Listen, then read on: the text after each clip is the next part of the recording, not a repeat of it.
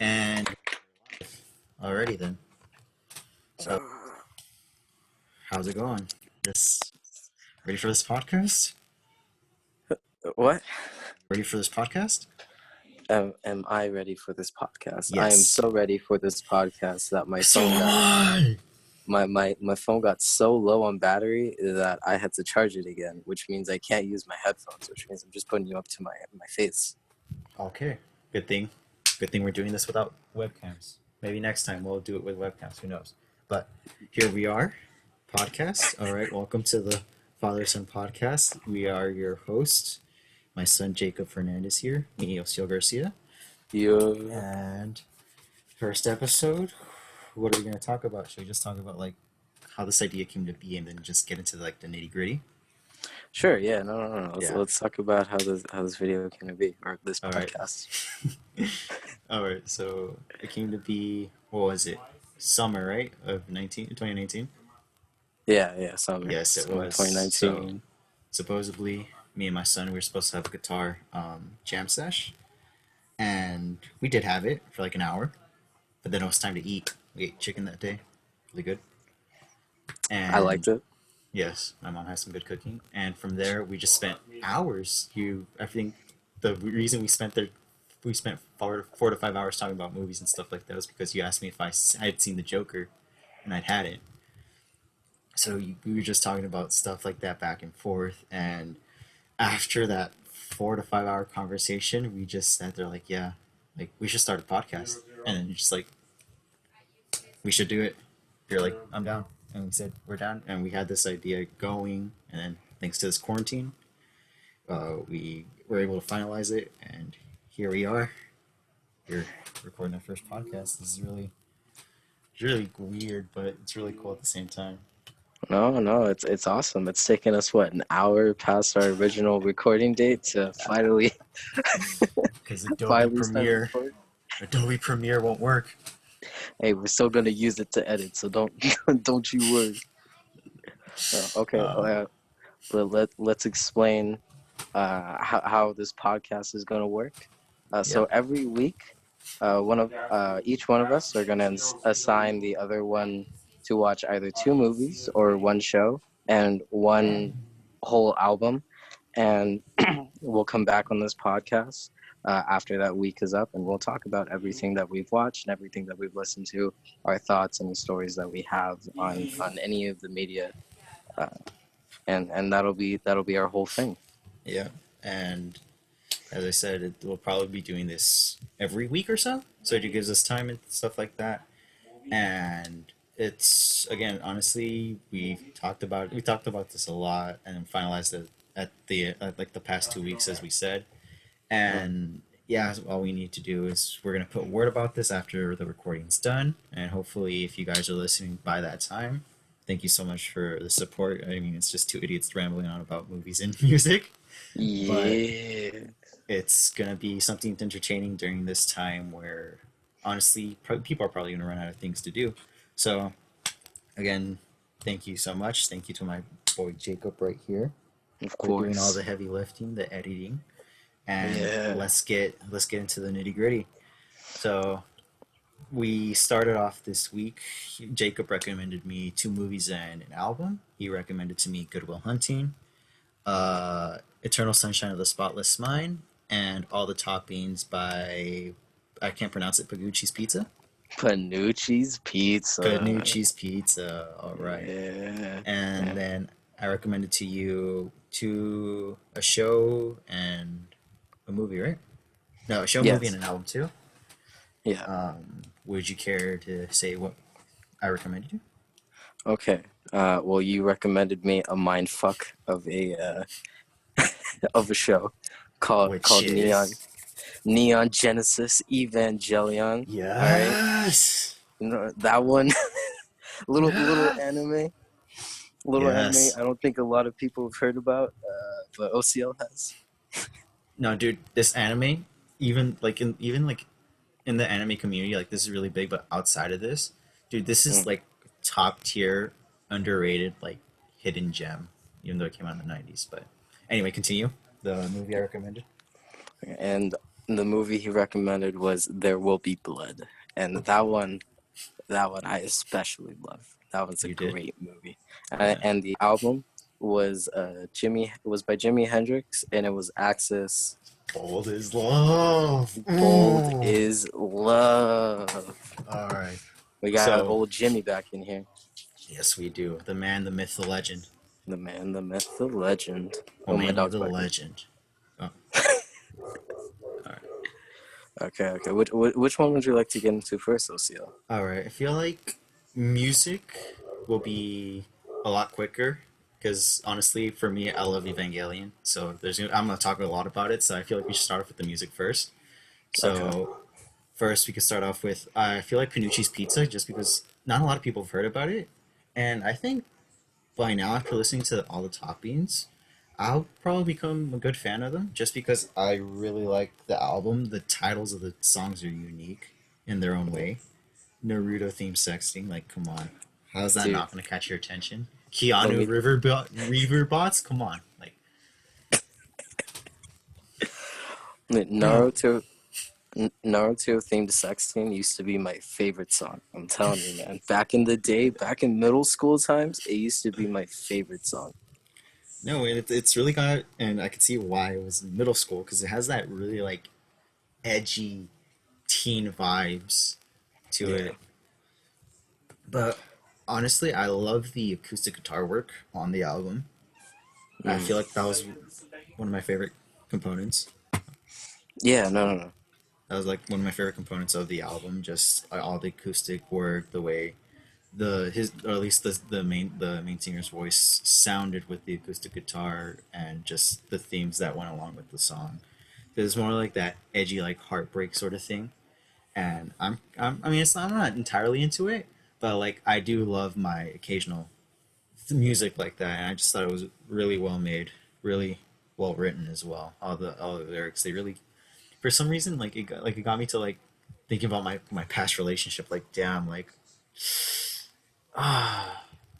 So it was just really interesting listening to like that sort of music. It was also like a new experience for me because I really don't listen to much music like that, especially like unknown artists. But Mm. I really enjoyed the album, especially. I mean, it's out there, it has its differences, like it catches your attention. And going back to like the acoustic guitar works back, like as I mentioned before, it kind of reminded me of like Sublime and what um, I forgot his name, Bradley Noel would do, like Mm. when he'd go live or like when he'd make acoustic guitar, acoustic, yeah, acoustics, just like his acoustics of was it hold up, crap. Let me just look at the song real quick. Uh, Wait, can you see the screen right now? I yes. Yeah, you can see me like googling, or you can see me on Spotify right now. Wait. No, I just No. see your bird. Okay, I good. just see your So you can bird see. picture. I'm sorry. All right. No, you're good. No, it's good. Okay, so like things in like Sublime's acoustic, Bradley Noel and Friends, like that album, where it's just Mm. everything was acoustic version. It kind of sounded like that's like the kind of stuff I'm into, just because of like the sound of the acoustic guitar and the way it all flows together. But other than that, Pagucci's Pizza, I give it a solid 7 out of 10. It could be better, just because I'm not my edgy middle school years, but it was a good album overall. I really enjoyed it. Okay, okay. See that album helped me through a lot of middle school, so Yeah. that's why I kind of recommended it because I don't know it really transformed me, and that album is like a compilation of I think almost every single song that they've ever released. No, Um, yeah. but but I think they string it along and put it together really nicely because it starts off No, really hard. no, yeah, it does. And then it just gets more mellow and mellow towards the end. Yeah, no, more of the acoustics take over and a Yeah. lot less screaming, more just Just calm, like, yeah. I'm sad. It's a great heartbreak No, band. it is. It is. I really enjoyed it. Yeah, no, there's a story that goes along with the band members too that I remember. Matt Lou, who Hmm. or wait, no, no, no, it's Lou Diamond. Oh, wants your Back in name the day, nice. Yeah, no, it was he used to be called Matt Diamond, but Mm, now he's Lou. Uh, mm, he's been charged, or there's been allegations that have come out about mm. him meddling in with like their underage kids when he Oh. was older, which, you know, one of them I think was rape, but it was really hard for him to tell. But you know, news had come out even after he had started his other band called Jank, Mm. that he had done it to another kid, which kind of really sucked when I found that out, because I was like, man, but you're I my listen to shit right music. now. Yeah, I listen to music. But I think there is you know, you need to separate the artist from the music or from their Yeah, art a bit. it's kind of like Um, with Michael Jackson sort of thing, or you yeah, have to separate the person like from the music they made. yeah, exactly. Michael Jackson wasn't exactly the best person, but his music still lives on today, and Iconic. everybody loves it. And Yeah. that was kind of me to Mm. the singer. I was just kind of heartbroken over it, and the drummer, because it only consisted of a drummer and the guitarist and Oh. the lead vocals, Oh. which, Oh. and you know, when you listen to it, I mean, if you listen to it really closely, you can kind of tell that there's no bass to go along with anything. Yeah. But I still think it's pretty good for Oh yeah. only Three only one members. guitarist. Yeah, no, only two members. Two members. Oh, so the guitarist does the lead vocals. Oh. Yeah. Like the guitarist does do the lead vocals, and so does the drummer. Sometimes he plays guitars too. And Mm. what was it? There's one. I think it's called something Romance. Mm. Uh, but he sings that. Oh wait, no, he sings. Uh, I still haven't seen Almost Famous yet. Oh. Which which was one of my favorite songs. I think I've shown it to a couple people, but Mm. they're a really underground band. Yeah. The lead singer's next, or his other band that he started after it, Mm-hmm. was a lot more popular, and it's a lot different of a feel. It's more like pop rock than anything, Uh. than the sad melodramatic themes that he had. But then he started another thing after the allegations went out, and then that band broke up. Mm-hmm. He started another project that kind of reverts back to Panucci's Pizza. And I Uh. thought it was a really good project, but it's just a one-time thing. And all the proceeds that go to that goes to other charities that help along with people who struggle with those kinds of Abuse. incidents that have Uh. happened to them. That makes So sense. yeah, That's no, he has an that's entire story with him. yeah, and it's kind of worth it just to look into it, just to better understand the music that is made. So, because I think that's pretty well, and it's usually, at least for me, what Mm, I find music like rap and hip hop easier to interpret because I could mm, hear their lyrics not clear, but also more understandable to me. While it's something like rock or like Panucci's Pizza, like you could like I'll just listen to it and I'll be like, oh yeah, it's a good song whatsoever. But like listen to the lyrics, I'll have a hard time interpreting the lyrics just because I'm not really good with like music. That's why sometimes like when I listen to Pink Floyd, like I really can't understand sometimes what they're saying because it's just like so abstract or it's just like something that's completely different. Can't at least for me, I can't understand. But with Panucci's Pizza, I was able to really sort of kind of get the general idea of like what the song was talking about yeah. and what the entire album was trying to encompass. But other than that, I thought that's like one of the few albums where I've been really like rock albums I've been really able to interpret like, oh, it's about this specific subject. While with other albums, I have like a hard time like thinking about it or like really getting into depth with it. Yeah, no, I mean, Panucci's Pizza, you know, every single one of their songs, you know, they're written for a specific reason.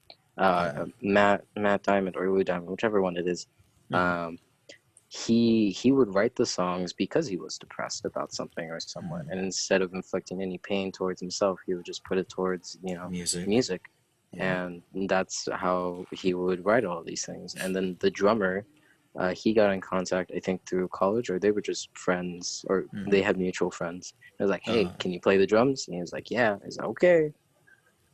just so that he could get that band up and rolling and getting his art out into the world, Mm. for little people to see. I mean, I only got in touch with their music because of my brother Steven. Oh, He's just a little bit older than me, and through him, I got an album that helped me out through a lot of bad times. makes sense. Well, that's good just to be able to like give music or have people older than you, being able to give you recommendations and really help you through that and really trying to finding music that really speaks to you. But I feel like Yeah, now in this day and age, music does speak to people, but not in the same way. So like my brother, at least Ariana Grande speaks to him in a sort of way. I can't really find it, but it speaks to him. But mm, in order to find like an album or music or artist that really speaks to you and everybody and for everybody to be able to understand his message or their music, it's just really hard to find. I feel like Panucci's Pizza really does a good job at portraying that. Like, oh, this is heartbreak. This is what it is, and the music really makes that clear rather than just trying to literally search through the song and trying to find little discrepancies here and there. But I feel like they do a really good job in not storytelling, but in explaining what the song is about and just the entire situation that was in it. yeah, no, especially when they get into their more sadder songs, because they get into the acoustics when they get into their sadder songs, and when they're trying to do stuff. Um, and it really helps complement the tone that they're trying to go for. And then also Yeah. with a few of their tracks, they have little movie quotes at the end of them. Mm-hmm. I found almost all of them. I know where Oh, almost all really? of them come from. And two of the songs are actually connected to the two movies that you watched, Yeah. which is Yeah. interesting. The Goodwill Hunting one, I remember I heard that. Yeah, And it's yeah, just like, mm. And then I think I heard the internal, the one of the internal mind. yeah. No, see, I Not looking see back at it. the Goodwill Hunting one I had Oh, figured out Goodwill. pretty early on, but Yeah, me too. Spotless Mind, it took me a while because I hadn't watched it yet. Mm. I only watched it recently. Oh, Um, but but I amazing just film. thought that that was those were pretty good nods, and when you add them onto the music, it does add a sort of level to it, Yeah. that I think is fantastic. Now I think what I'm gonna do is after watching the movies, I'm gonna probably go back and listen to Panucci's Pizza again, Mm, and probably not better understand it, but it'll probably speak to me more. But yeah, yeah, if you guys are interested, Panucci's Pizza, all the toppings. The album is all the toppings. The band's Panucci's Pizza. But if you're into heartbreak, simp stuff, Rocco thing, uh, that's your band. And Jacob, time for Jacob to talk about Axis, Bold as Love, yeah, Jimi yeah. Hendrix album, legendary Axis guitar pulled. player. Okay, So, okay. what'd you think about it? All right. Well, let me tell you. Let me tell you. All right. Now, Jimi Hendrix is the sort of man that no matter who you are, you know about him. All right. Because Yes. he has done so much for music in general and for rock, and I'm a big rock fan, so I know Jimi Hendrix. I know him well. Yeah. I haven't listened to too much of his music because I don't know. I feel like he's on a level above, and I don't want to be crying. I've heard a few of his songs though, and Yeah. all of them do make me cry. But No. Axis, Bold as Love, I have to put it, and I think some of the best stuff I've ever heard in Yes. any album, anything that I've ever listened to, because all of the guitar parts are just amazing. Just To die I for. Mm. cannot I I cannot express how fantastic all all of the guitar work that has gone into all of these songs. They're also so rhythmic and catchy, Yeah. and progressing so well and so fluently throughout Yeah. each of the songs. And they're like 2 3, I think there's one that's like 4 minutes long, and even longer ones, that Yeah. I love, and the drums that go behind it, that keep the Just. tempo and everything. Mhm. And I mean, they add a whole entire level of music, or a whole entire just level of harmony that I can't even begin to describe. It's so amazing. The Yeah. the beginning kind of caught me off guard because I had The never known. EXP, Yeah, EXP, yeah. dude, I love that opening just because of if you wait, did you when you listen to it, did you wear earphones or headphones? No, I don't wear headphones. Oh, dude, no. If you go back and listen to that song again and that first part, you know how you hear the buzzing? Yeah. If you put on earphones, you hear it going from your left as if it were something were passing right in front of you, and then to your right as if it were going behind you. And it's like it's the sound. It sounds like something's going in front of you and behind your head, like circling around your head. And when I listened to that with ear headphones, like, dude, my mind was blown because I just got chills. I'm just like, wow, it actually sounds like something's passing right in front of me, going behind my head, and coming back from my left right in front of me. And it was just really extraordinary because not a lot of artists at the time did that, where it would come from not, but like you could hear it in certain speakers, and especially it's been seen now, like nowadays, where you would have something suddenly coming up from the right side of the speaker, and then all of a sudden from the left side of the speaker. So it's really interesting to see that being part of like not a staple, but a part of Jimi Hendrix's music because in I think it's Welcome to Electric Ladyland. In one of the songs, you could hear him hitting guitar from from the right, and then hear something ominous like the drums coming in from the left. And I think that was something that's really not done nowadays, or it's done Mm. nowadays, but not well, and not at the level that Jimi Hendrix did it. Dude, But I mean, is anything really done at the level of Jimi Hendrix though? yeah, you're right. Nothing is. Nothing is. He's his own genius, and Yeah. I don't know. He's untouchable to me. But EXP did catch me off guard because I'm sure that's really cool. Yeah. I wasn't smart enough to wear headphones when I did that. Um, but the opening kind of reminded me of another band called the Mars Volta. Mars Volta.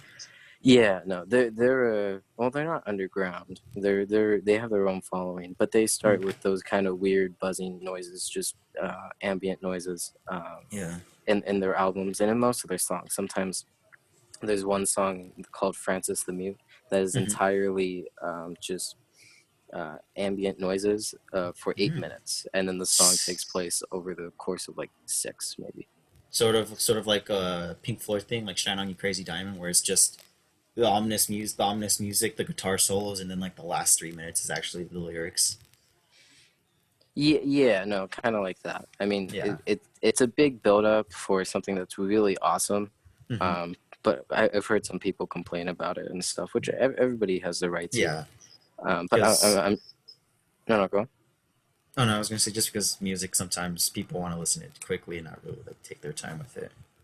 Yeah, no, no, and I get that too because sometimes I'll listen in the car and I'll put on Mars Volta and I love them, but sometimes waiting 8 minutes for the song that I actually want to listen to kinda kinda sucks. And also when you have the aux cord and you want to play your favorite band and they're like that, everybody looks at you like you're fucking crazy. But, uh, No, but yeah. No, but honestly, Jimi Hendrix. Honestly, favorite song from that album. Favorite two songs from that album is "Bold as Love" and "Little Wing." I absolutely love "Little Wing." I don't know why, just Little "Little Wing" Wing is a fantastic song. I is a love that song. beautiful song. I love it. I Where played that in she's the car and I was walking bopping. through the clouds. Suck a smile that's running wild. No, and also from Little Wing, honestly, nothing's gonna top Jimi Hendrix's that Jimi Hendrix singing that song. But Mm, if you listen to Derek and the Dominoes, I thought they did mm, a pretty good song. It was a pretty good job, just because they accentuate they hit like higher notes and they accentuate. But the thing about why Jimi Hendrix's Little Wing is always going to be an amazing song, just because of that mellowness in his voice and that ability to use that mellowness to storytell on a completely different level. Because yeah. he's just like, as I'm walking through the clouds, and when it's just like, and when he with the smile, it's like, when I'm sad, she comes to me, and he I think and when he hits that me high note, you hear that distortion in the voice. Mm. And he's just like, with 1,000 smiles, she gives to me free. He's like, it's alright, she said. Take anything you want from me. And then just the guitar work to absolutely accompany the voice, the storytelling voice. Oh my. I I could cannot. literally, I could literally go on about Jimi Hendrix. I Like, who, cannot. who knew Crazy Fangirl? Yeah, no. Yeah, I mean, you are a fangirl, man. I mean, I can't.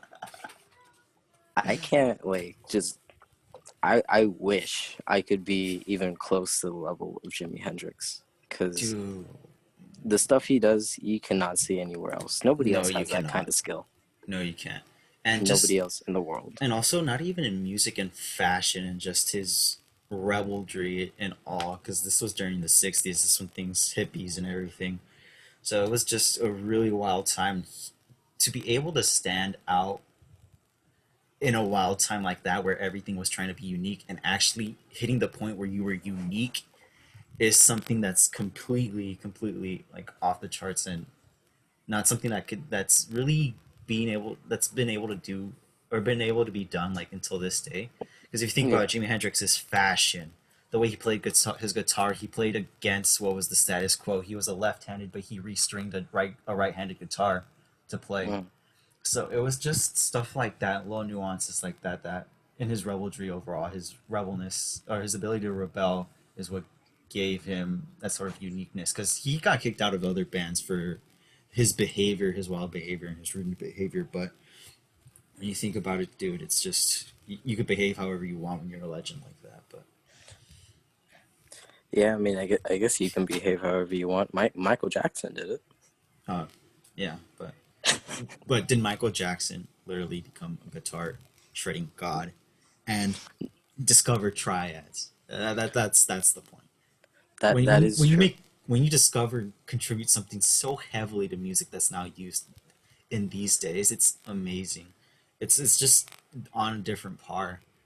Mm. And with Jimi Hendrix, there's nobody who can be like Jimi Hendrix. A guy on my floor, he played guitar. Nathan, he told me once, he's just like honestly, agree to disagree. No, he's just like not agree to disagree. He's like one argument that is always never going to be argued is that Jimi Hendrix is the best guitar that will exist, or that has existed, will exist, and will continue on to exist. It's just there's no going around that. It's just Jimi Hendrix, him himself. That's so true. There is like no contention. No, There literally is there isn't. there's no competition for better guitarists than Jimi Hendrix. And just the things he was able to do. He set his guitar on fire. Just Yeah. mm, mm. He played his guitar with his tongue. Just the absolute wildness and uniqueness of Jimmy to be able to do that, and especially live, and Yeah. also his ability to make something that isn't his own. We were talking about this earlier, like while we were trying to fix the audio and stuff while to do it on Discord, but his cover of Along the Watchtower, the way he took it to make people believe that that was an original song of his when it actually wasn't. It was Bob Dylan's. Yeah. But his guitar ad libs, the way his ability to storytell with that mellow voice and that sort of weird, weird sort of story that Bob Dylan was trying to tell through the music, the way Jimi Hendrix was able to storytell or tell that story differently from Bob Dylan was something that's completely unique and completely to him. Like props to him, like amazing work from Jimi Hendrix. Yeah. No. No. No. For sure. For sure. For sure. But It yeah, is so. It's so amazing how one man can just transform a song that was already top quality and just yeah, elevate it. and how he was able to do such a huge amount, contribute such a huge amount to music in such a short career. Yeah. Yeah, but again, if you guys are interested, again, we were talking about Jimi Hendrix, "Axis Bold as Love," the album. That album came out in, I believe, 1963. That was one of his first albums, I believe. Oh, And his best. and his dude, honestly, not I wouldn't say every album is. I could say every album is his best because I've listened to all of them, but I've listened to the majority of them. Singles, EPs, give me the albums, boy. Let me see all them albums. Yeah, see, I Axis haven't. Bold as Love. Yep. No, Axis Bold as Love was his second album. First one was Are You Experienced? Both I see. Axis Bold as Love, 1967. Again, if you guys want to get into some new music, Jimi Hendrix, Axis Bold as Love. But that is it for our music section. Again, really good albums, but honestly, at the end of the day, Jimi Hendrix has my heart. Always. 11 out of 10. 11 11 out out of of 10. 10. Honestly, 12. 12. 12 out of 10. Wow, going the extra step. 12 out of 10. That's how good of an album. And Damn. All this one right. you really have to listen to. And you just have No, to appreciate it. you If have to you're any appreciate. kind of fan of Yeah, rock or just music in in general. general. Yeah, I absolutely agree. Yeah. And but yeah, amazing. And now we're on to our movies and show sections. Movies and So, shows.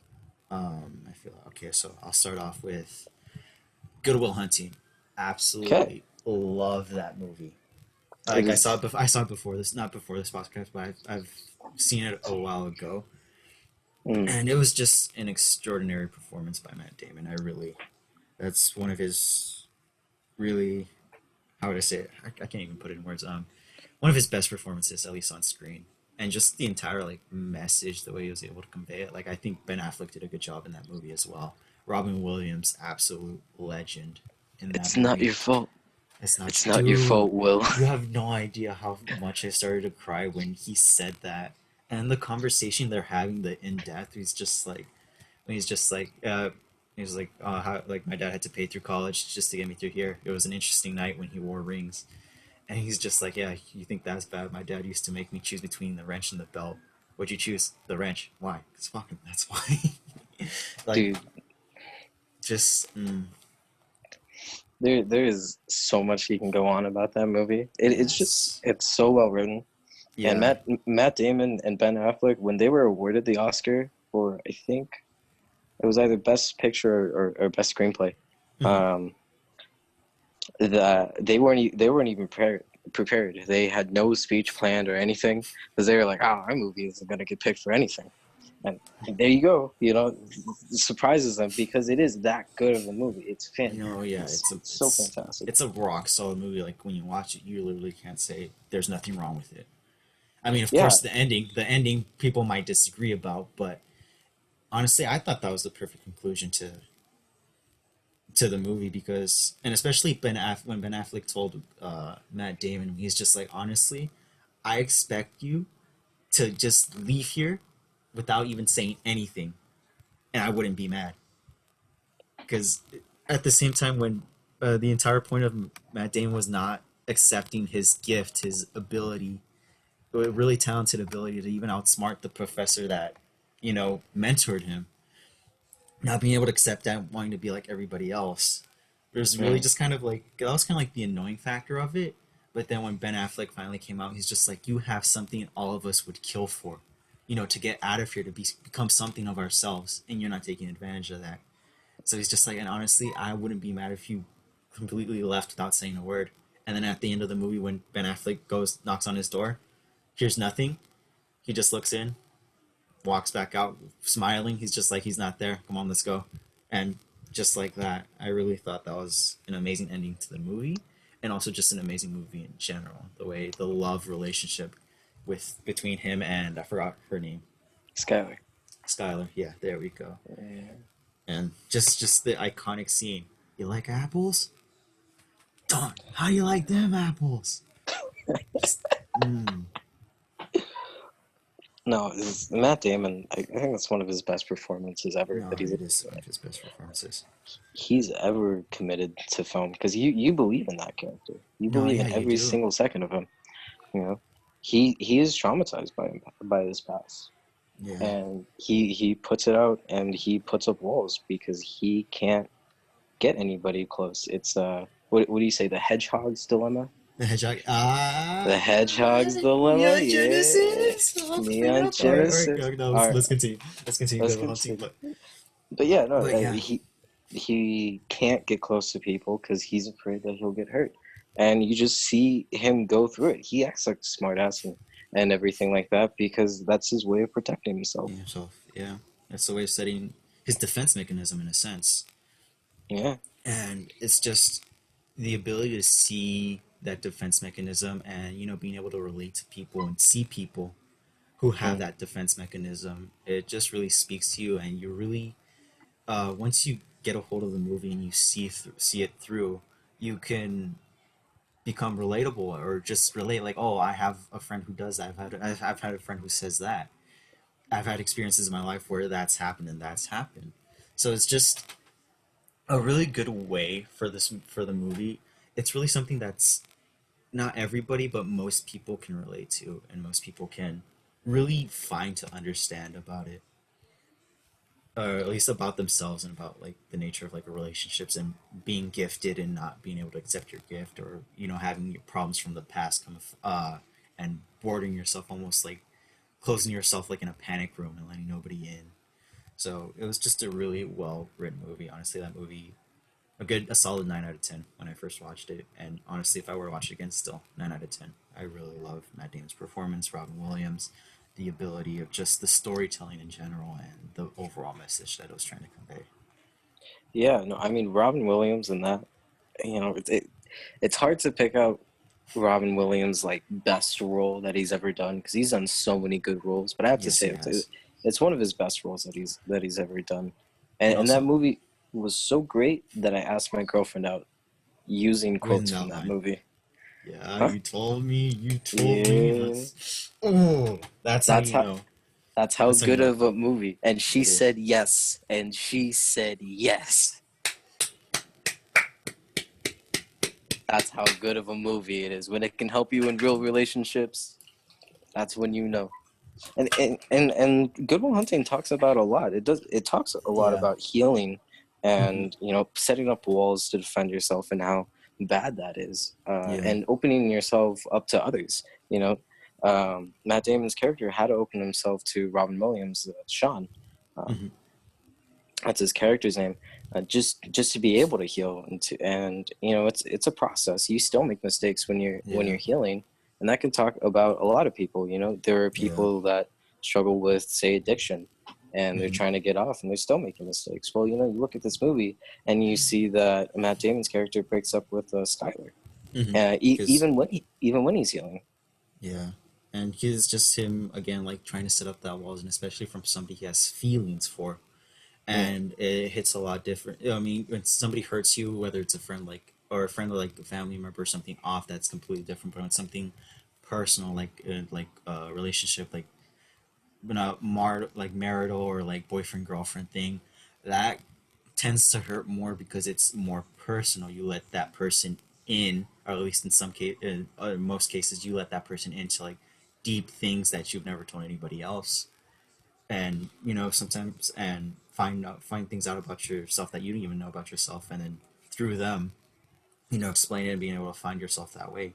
So I think at least when I was watching the movie and saw that he would build those walls, and when he blocked Skylar out completely, that was probably like the dumbest move he could do, because she, regardless of like his background and like his gift, she fell in love with him for him, and she wanted to be let in, because she let him in, finding out that she was rich and stuff like that. But he decided he wanted a relationship where, like, I want to know everything about you, but you know nothing about me, or I don't want you to know nothing about me, and just keep our distance. And that's not really how it works. So I feel like that after the end, when he was like, I have to go see something about a girl, it's just him in the healing process. When he lets somebody in, he's like, okay, I let somebody in slowly, now I can let somebody else in whom I trust and whom I have a real deep personal connection to. And I just thought that was an amazing thing that happened in that movie. yeah, no, and also in terms of communication, because Matt Damon lies to Skyler that Yeah. he has multiple brothers instead of saying that I think he was only a single child. Yeah, he um, was. yeah, so he had multiple brothers, and she always questioned, hey, when can I see your brothers and stuff, and he would always be like, nah, nah, nah, never, never, never. Hmm. Just pushing her away further and further with lies and driving a wedge while she's trying to be open and more uh, more communication to him, but he can't let that happen due to personal experience that's happened before, past Yeah. trauma, and just how important it is to let yourself open to have that sort of communication, that open and honest conversation and communication with your partner, so that you both can have a better understanding of each other, Yeah. which is quite amazing. I mean, it's something I find myself still struggling with today: how much to open up and how much to still keep inside, because you're not ready yet, you know. No, yeah, And no. and that And that also it's not an happens easy with Matt step. Damon. Yeah, and it's not an easy No, step to let somebody in. Like, I no, mean, in my past relationship, like, I personally, I would tell her things, but I would also be at a sense walled up and wouldn't tell her everything. yeah, Because honestly, for me, I'm more of a deep thinker. I'd rather not share my thoughts out loud. So, like, you'll see me, I don't know, you'll probably see me eating, you'll probably just see me staring off, having like some kind of weird look on my face because I'm thinking about something and it's just in my own personal thoughts and quarrels. So same thing with like Matt Damon and Good and Will. He's just not in his own world, and he isn't like, or I'm not comparing him to me either. He isn't like in his own mind or anything. He's just trying to. He's just walling himself in and let nobody else in just to keep himself safe. But yeah, yeah, and that's perfectly explored, and that's the main theme when you look at that movie, and that's what they're really trying to talk about, yeah. and how important everything is, And and in terms of that. And you know what I found so weird? How all of this connected to each other. Like the way Good Will Hunting's theme connected to our next show, Neon Genesis Evangelion. Yeah, Absolute yeah. legend. To me personally, it's a 9.5 out of 10. It's just an extraordinary show. But you watched it for the first time. And so, what'd you think about it? I got I got a lot of things to say, so be Okay. prepared. Be prepared if I rambled on a little bit. No, it's Um, fine. Dude, I could ramble on for Neon Evangelion. Neon Genesis but Evangelion for days. I just absolutely love that show. But continue. I am sure. I'm sure. So if you don't know me, I am particularly adverse to anime. I I've seen some anime. I've seen that they Berserk. all are about the same. Berserk, the original run, is about the only anime that I previously considered worth watching. Um, now, now I do consider Evangelion to be worth watching. All right, Oh, I'm it so excited. is a fantastic piece of just art and storytelling and everything above. But that ended. Dude, That ended. the Okay, ending. but before I get to the ending, Yeah. you know, the story of getting into leading up all to the ending, all to the 18th angel, because the whole plot is humanity is getting, you know, attacked by these angels, and they create these things called evangelions, or evas, and they are used to stop the angels, because that's the only thing that they can do. Mm-hmm. It's the only piece of equipment that they can kill angels with and protect themselves with. Mm-hmm. But there's a lot of revelations that happen along the way, like the Evangelions. They're supposed to be a machine. You're led to believe that they're all machine, or that there's something going on behind the work. And then you realize, oh wait, they're pieces of Lilith. I think one of Mm-hmm. the Yeah. primordial gods, per se. Yeah. And it's And just. Oh no, continue. Continue. no, no, no, no, no, No, no, it's continue. fine. I was just. I wasn't gonna say anything. Just continue. Okay, okay. But you know, when you get through those kinds of revelations, you're like, holy shit, what the fuck? They're Yeah. fighting each other with each other. What? Yeah. And then the fight scenes, you know, all of them, Oof. I found myself completely engrossed. I wanted more and more and more and more, especially as like the animation got even better and the fight scenes got even more complicated. Like I remember in the opening, in the first couple of episodes, when you finally get to see how the main character Shinji, how Mm-hmm. he went berserk mode after Yep. he got his like skull penetrated Yep. through a giant angel. Yep. Um, that you know he goes berserk mode, and you see all that, and it's fucking crazy, right? Dude. It's like what Batman versus Superman should have been. where it's No, and all out, balls to the wall, bloody gore, everything. no, yeah, and the thing is, at least with Japanese animation, American animation, they use 24 keyframes, and then they have all everything in between those 24 frames to make one full motion. Mm. And what I really came to appreciate about Evangelion is because in Japanese and in anime they use 12 keyframes and everything in between. So when you see the fluidity of the fight scenes, especially towards the end when Asuka faces off the nine Avas, Mm. you really see that attention to detail in the animation, the way she struggles with like her entire upper body seeing just to control the robot and the weight of everything that she's trying to avoid, you, all that upper body motion, the fact that such detail can go into small 12 key frames and you just have a perfect fluidness to it. It's really hard to imagine like how much work went into that. And it was funny, I was watching a video on it, and the guy basically just summed it up, just like basically from this point on they're just showing off on how thematic and how awesome the animation is behind it, because it's really difficult to get that sort of fluidity in such a short amount of frames. And I really came to appreciate about Ava because it's just a lot of art and a lot of technique that goes into anime, and I feel like this, or at least for me personally, why I edge more to anime, and especially things like Ava and shows kind of like it's another show that like Rascal Does Not Dream of Bunny Girl Senpai and things like that, is because the ability to display human emotion and human feelings through something that isn't human, that's 2D, that's drawn, is really something that's hard to do. Because if you think about it, cartoons nowadays or cartoons back then were just goofy, wacky characters with no real meaning behind, just to keep entertained.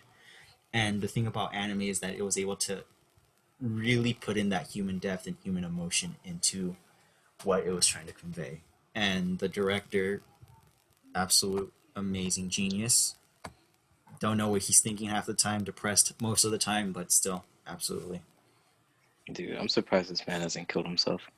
Yeah, Dude, it was a joke. Just for everyone listening. no, but yeah, this it's absolutely amazing. I really love Evangelion. Like I told you, I could go on for days. The way the introspection, the way it really digs into human psychology. Like I think you saw at the elevator scene with Mm. Ray and Asuka. The way you feel that tension, and they intentionally allow that because if you try to put some tension in a scene, what you usually use, you use music, you use colors, that sort of thing. But when it's in that elevator scene, it's just pure silence. And even though it's pure silence, you could feel that tension building up in there, waiting to explode as soon as Asuka leaves the elevator. And another scene as well that perfectly displays that sort of emotion, that sort of tension, is when Shinji had Karu in his hand with the Ava, Mm. and there's a 53-second pause in that scene. It's just that one key frame right there, and what they were really trying to convey is that human emotion, that human thinking. This was Kairo was somebody that Shinji loved as a friend, and Kairo loved him unconditionally, and he loved him for all his faults and everything. So to come with the fact that he had to kill something he loved, and just seeing that hesitation, that thought process, while the Ava's still in that key frame, thinking he's something bad, but he's loved me unconditionally. He's treated me like a human being. He's listened to my problems. He's seen my emotions, and it's just something that's completely, honestly, just mind blowing that that it was able to convey such fact and such detail to it. Honestly, dude, like, oh, I get tingly just talking about that. Not in a weird way, but just like excitement and just like passion for Neon Genesis. Yeah, no, I could see how a lot of people are passionate about it. When you talk about the silence, I think that's one of my favorite parts about Evangelion. Because when I've seen a bunch of anime, I haven't seen a bunch of anime. That's a Mm-hmm. lie. I've seen a few, Mm-hmm. um, back when I was in middle school and I didn't know who I was.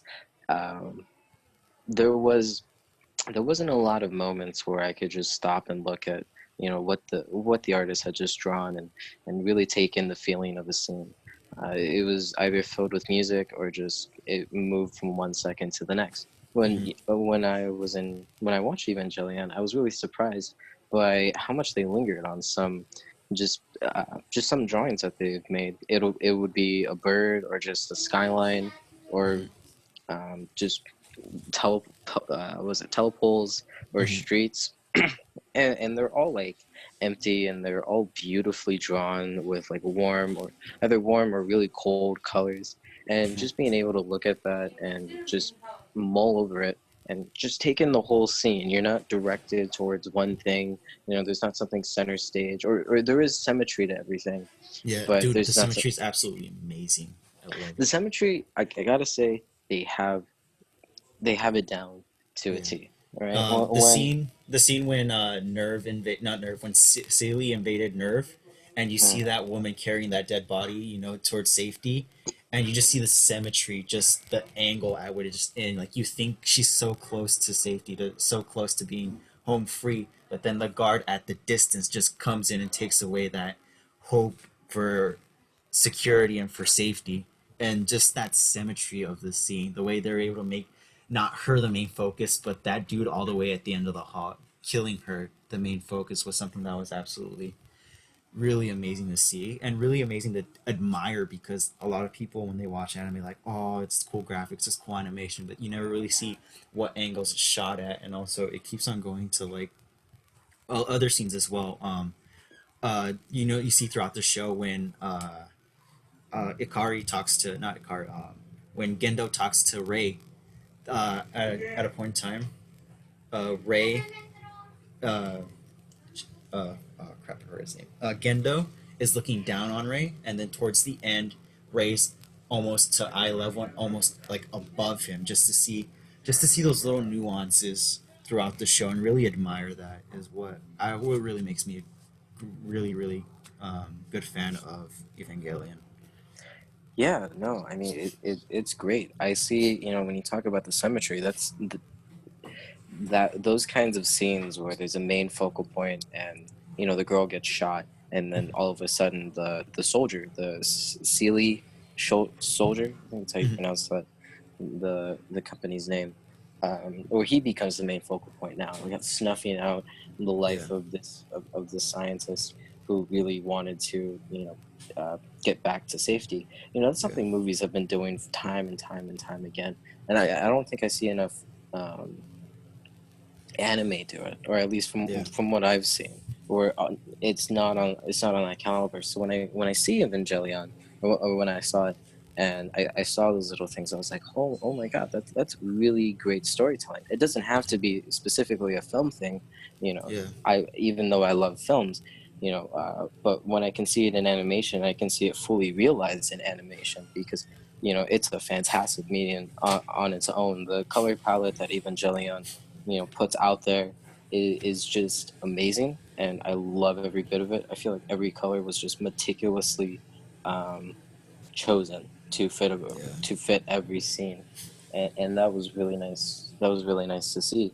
And the craftsmanship, just with all of the shot Dude, composition, absolutely amazing. I don't see that in enough anime, where they really pay attention to what kind of shots they can utilize to tell a story. Yeah. Because there'll be points when Gendo is talking to Rei, Mm-hmm. the first children, um, and they'll go from a low shot To to high shot. to a high shot, and they both display different, or they both invoke different emotions out of the audience member. Where if you have a high one, oh wait, no, it's a low one. Yeah. It's either one. It confuses me. But when the subject is looking, or it looks taller than normal, and the camera's very low to the ground, they feel more powerful. But when Oh, you're looking down on them, they feel like it's less you're powerful. above them. Mm-hmm. Exactly, and that's what they use perfectly. And I think their shot composition is most beautifully executed in every single fight scene that they have, with the Evangelions and The the Angels. the Angels. Yeah, No. because I really feel like they are huge, Hmm. like just machines and creatures that are heavenly and divine because they go for a lot of low shots where Hmm. or like just really wide um, Shots. yeah, really wide shots, establishing shots, basically. Yeah. Um, where you take in the entire cityscape and you see how these two figures just Absolutely wreak dominate over havoc. them. Yeah. Yeah, no, they dominate, and then you also have these really tight shots that would be kind of considered close-ups if Hmm. they weren't for the sheer size of these Evangelions. And there's always a human pictured right next to them whenever they Yeah. have a close-up shot, just to show you the type of scale Yeah. that their entire head is like 10 And times it's- the height and the width of any human. And yeah. when you just have that to compare, you really feel like they're huge, and I love that when they use it because you don't see that in movies. I No, mean, you don't. you could CGI it, but it's not gonna look as good as when you animate it, you Yeah. know. And And no, go on. oh no, and it was just like yeah, what we were saying, like the shots and everything, and just being able to display something so thematically just or like direct like directorially like amazing because as you said, like not a lot of people do that, especially like in real life and let alone animation. So it was just something I wouldn't say revolutionary at the time, but it's unique at its in its time because it's something that wasn't done, but was done and was done properly. It set standards. Yeah, no, and I really did enjoy that. That made me kept on coming back and watching it instead of just leaving it to just be in my continue watching on Netflix. Yeah. Um, because it really did bring me in every single time, and I like that with every fight scene. Like, it felt so powerful because it Hmm. would cut into close-ups of maybe the foot stomping into the ground and how it broke up the streets and how the buildings collapsed around them and the smoke enveloped the whole area. It's just amazing. Yeah. And their use of lighting too, of how they really do direct your attention, especially in the first episode when Hmm. the Evangelion has like this spike in its hand Yeah. or something, and it's just this huge beam of light that keeps on going and destroying Shinji's head or Shinji's Eva's head. Yeah. Um, and then that giant beam of light just goes through him and across skyscrapers Appears. into another one. Yeah. Yeah, just appears, Dude. and you're like, holy shit. It really, I like how they direct that. And then, especially when you have the Evangelions and they're like against the sun, and they're supposed to be this huge, relief for humanity because they're Yeah. the saviors, but they look terrifying, especially Yeah. when the fourth children comes around with the fourth Hmm. Eva unit, and they go berserk and are considered an angel. When you see Yeah. him and his black silhouette across from the red sun, Yep. you're just I was like, gonna say that. It's just shit, about shit to is go gonna down. happen. That's no longer you don't feel like that's no longer human. You don't feel like that's Yeah. no longer the savior of humanity. That shit is dangerous. Hmm. And you wanna I mean, me, I wanted to get out of my seat and run away, psychologically, because that was just hella scary for me. Dude. And this show can turn into like a straight up horror movie. Dude, Like, honestly, like you're talking about like psychologically, dude, we're mm, just talking about everything that's like anything that's aesthetic, just like fight scenes, keyframes, and things like that. Dude, wait until we get into the psychological part of it. Like, mm, mm. it is really deep. I think it's way too smart for me. It is way too smart. Like, I understood everything they were going for, and they did go really deep with every single one of their characters. But it's still like super smart for me. Yeah, Um, but before we get into that, just a little bit more aesthetics, yeah. more like aesthetic. Um, Ah, big death. there we go. There we go. Anybody who knows. just, um, just put my screen on just to do this. yes. My father. Again, just two dumbasses talking about movies and music. Who But we anyway, got? continue. Aesthetic, No, that's aesthetic. fine. Yeah, no. I'll tell you one thing that's not as pathetic though. What? All of the gruesome scenes that they have, whenever the Mm, Evangelions are just like torn apart, especially in the movie when uh, Asuka, Asuka, yeah. Asuka. Asuka, Asuka. Asuka, Yeah. whatever it is, when she's fighting the nine angels and then she thinks they're all dead, they all come back to life and just start feasting upon her, like as if she was like a dead, um, to a dead animal, and a bunch of vultures came around.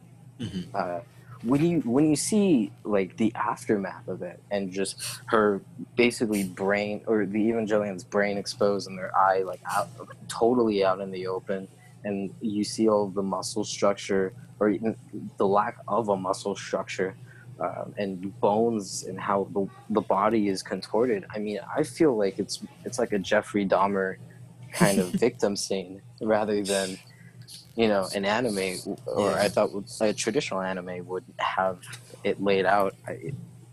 There are supposed to be like really horrific animes. I think I've seen some clips of some.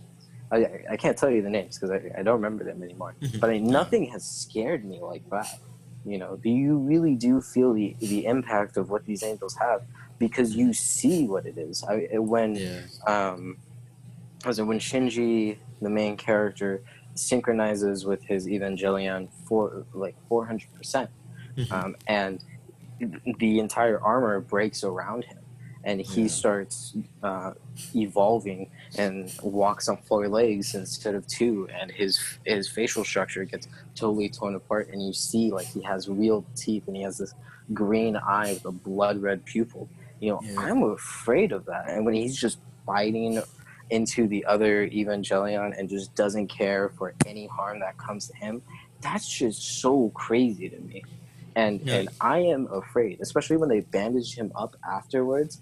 I Hmm. couldn't stand looking at the screen because I was like, It was I was ugly. going into panic mode. It was so ugly. And then when I think it was best done too, when the fourth Evangelion, Hmm. the American made one, Yeah. uh, was being ripped apart by the Unit One Hmm. with the dummy plug, where it Yeah. was just absolute animal instinct going in and just killing everything that they see, destroying Yeah. all of it until nothing was left, and you saw all of the blood just spray onto him. Straight. Um, And Terrifying. the subtle nuances of that too, like the aesthetics, like when like blood scenes like that would pop up, you'd see some of it in red, sometimes in black, like in the first episode when Shinji gets headshotted. When you see the blood, it doesn't come out red, it comes out black with the red background, just to display Yeah. the much gruesomeness. And like with the aesthetics and colors and things like that, I think it was just a job well done. And just the real the real emotion that was put within, that the actors use as well, like because you saw it I assume you saw it dubbed, right? I saw it dubbed. I'm not Okay, reading good. subtitles. Okay, good. But you saw it dubbed, I not saw it subbed? dubbed. No, no, no, not subbed. Dude, no. I'm not reading subtitles. The thing is, Netflix completely ripped off the entire old cast that did the dub. Like, if you saw the old dub, that would have been fine. But if it's the new dub, nothing is well translated. And I told you this. I told you watch the sub because Wait, it shows true and there's more emotion to it. Because if you rewatch it in dubbed, or if you just watch specific scenes in dubbed, you see like the real pain that the voice actors, or like the real emotion that the voice actors put in, like when Asuka's fighting the nine angels, and she gets the spirit of longest stuck to her eye.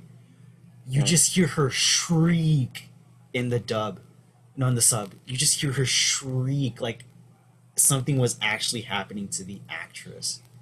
And there's scene where I forgot which one it was, when when Masato gets shot and Shinji gets put into the elevator.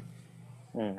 When he cries in the sub, dude, it sounds like he's about to puke from how hard he's crying.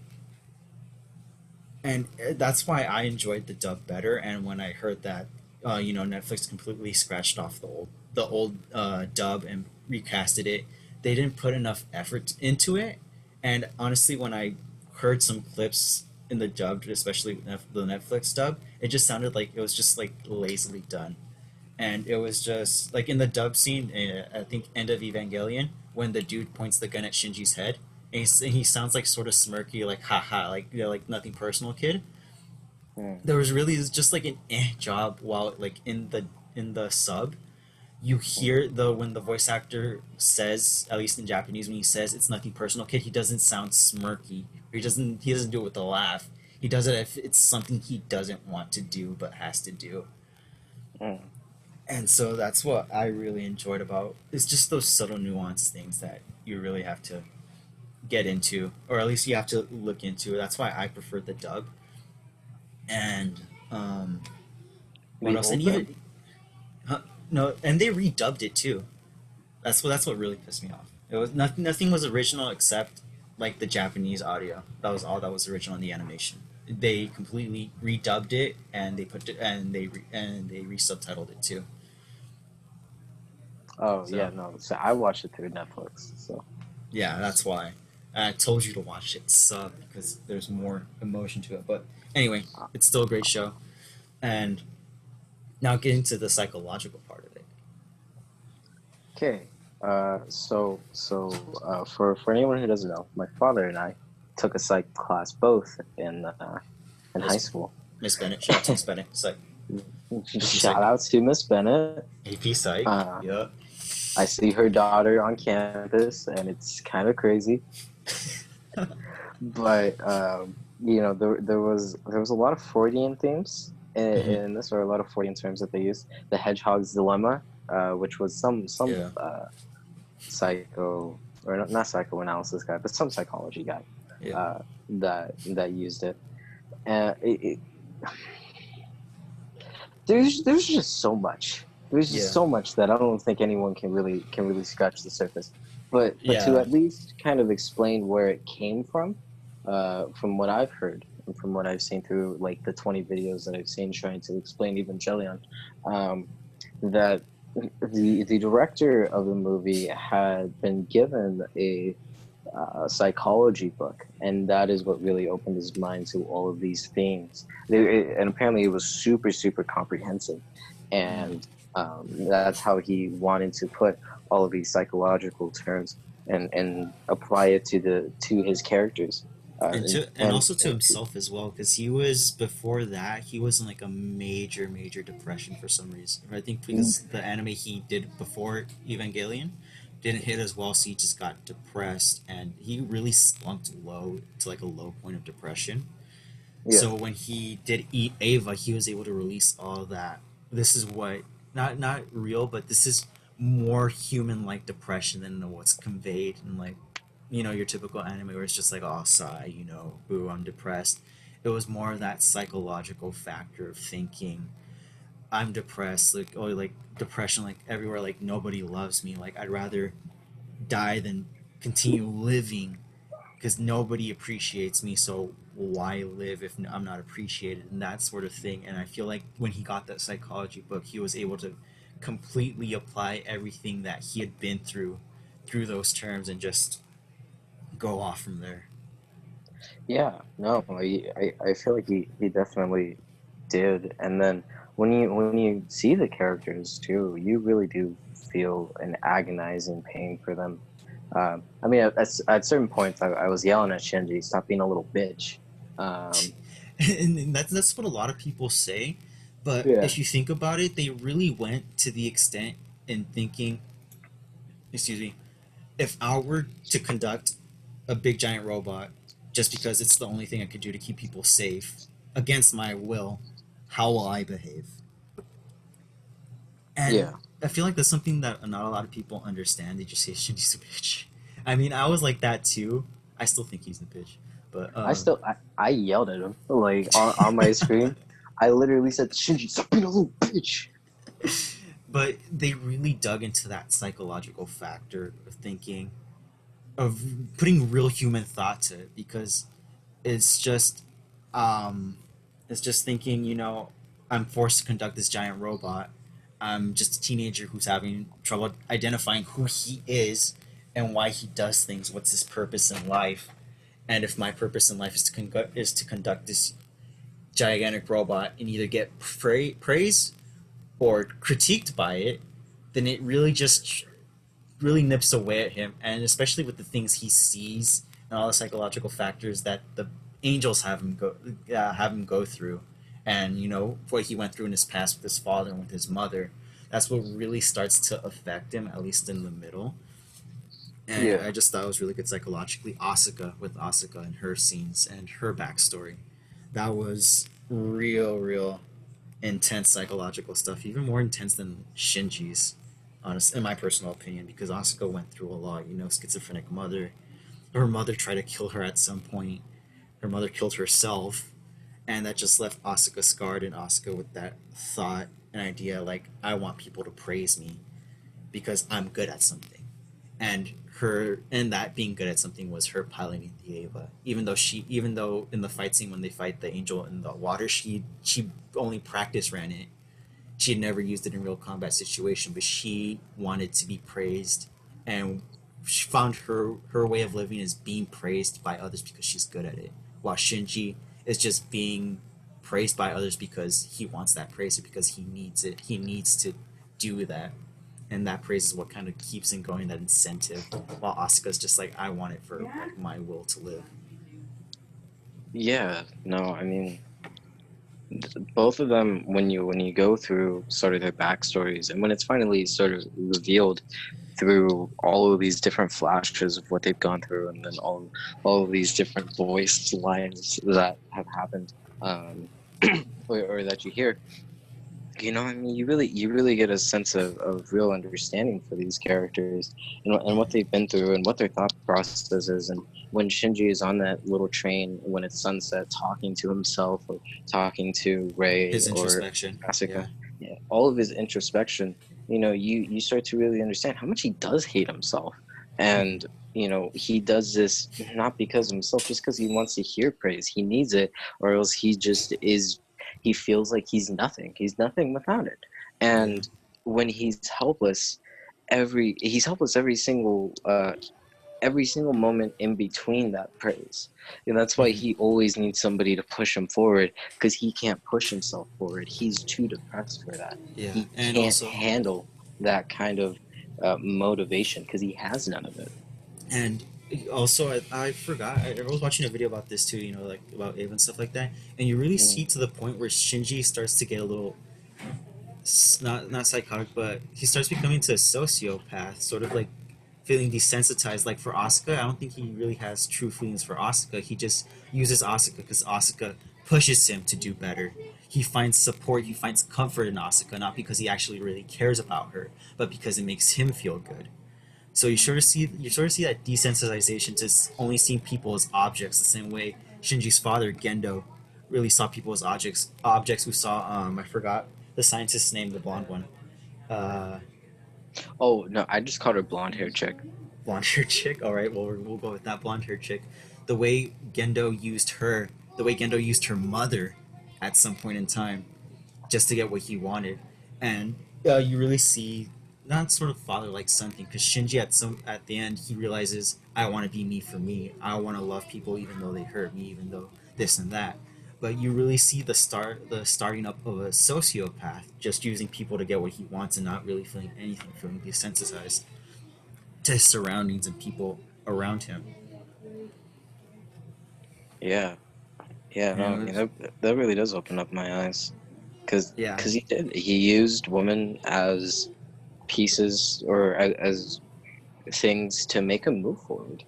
yeah, Because he always asked for them, and I think that came out of the need for his mother too, since he yeah. lost her at such a young age.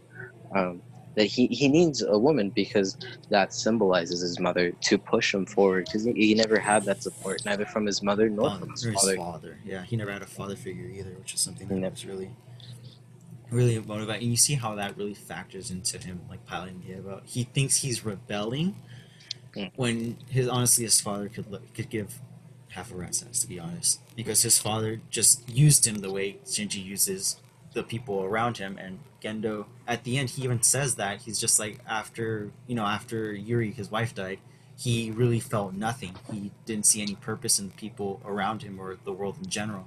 So he would just use them. He felt desensitized to everything, and that's why he gets that ending. He doesn't get to be part of that human instrumentality thing.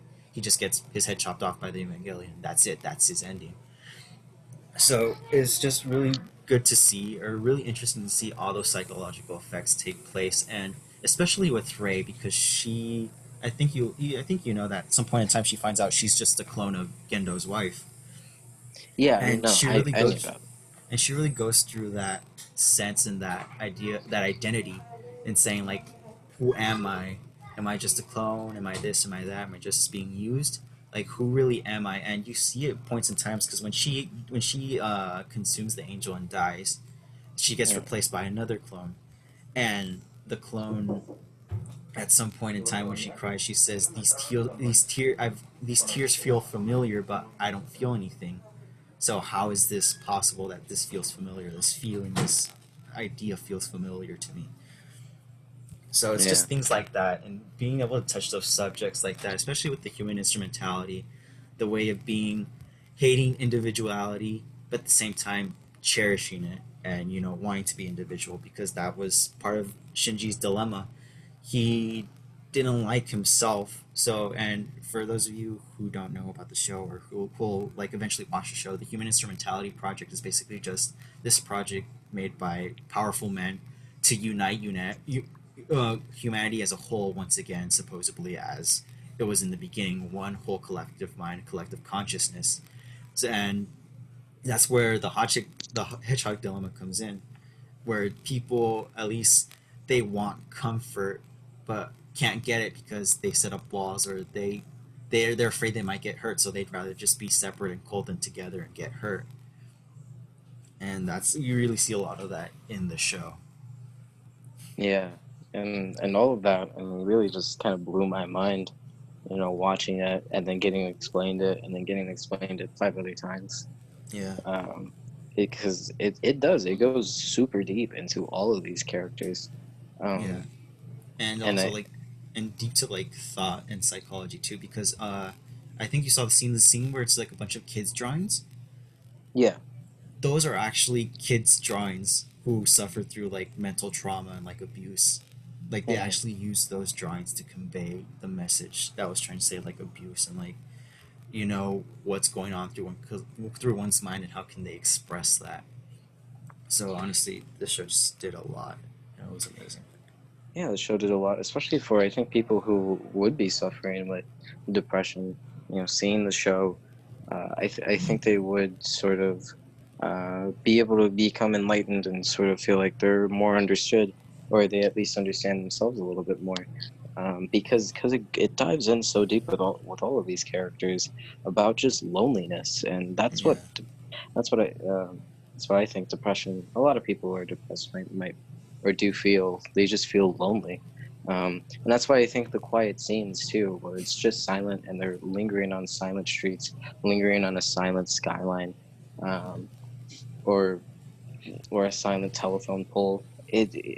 It really hammers in that theme of just loneliness, yeah, um, just how terrible it really is, and it interweaves itself in everybody. I mean, everybody inside of the show feels loneliness. They're all alone, but Misato together. especially, dude. Misato, best waifu, She, best girl. Hmm. she's my crush of the entire series. Dude, the way, like, you saw that scene, and towards the end of Evangelion, where she's walking and you see the camera angle when she's walking, you see like her hands swaying back and forth while she's on the phone. The way she undoes her hair, just that aesthetic, and Yeah, being able to do that type of animation was really amazing. And just being able to like see Masato as a person who, through sexual actions, she felt needed, or she felt that desire already given. Like, she used sex as a way to bring people closer to her and feel loved in some sort of way. So it's just, again, a lot of human thought, a lot of human emotion, a lot of psychology in this show. But again, great show for me. 9.5 out of 10 for Jacob. I don't know how you rate it. Well, I think before I give my rating, we got to get to the ending.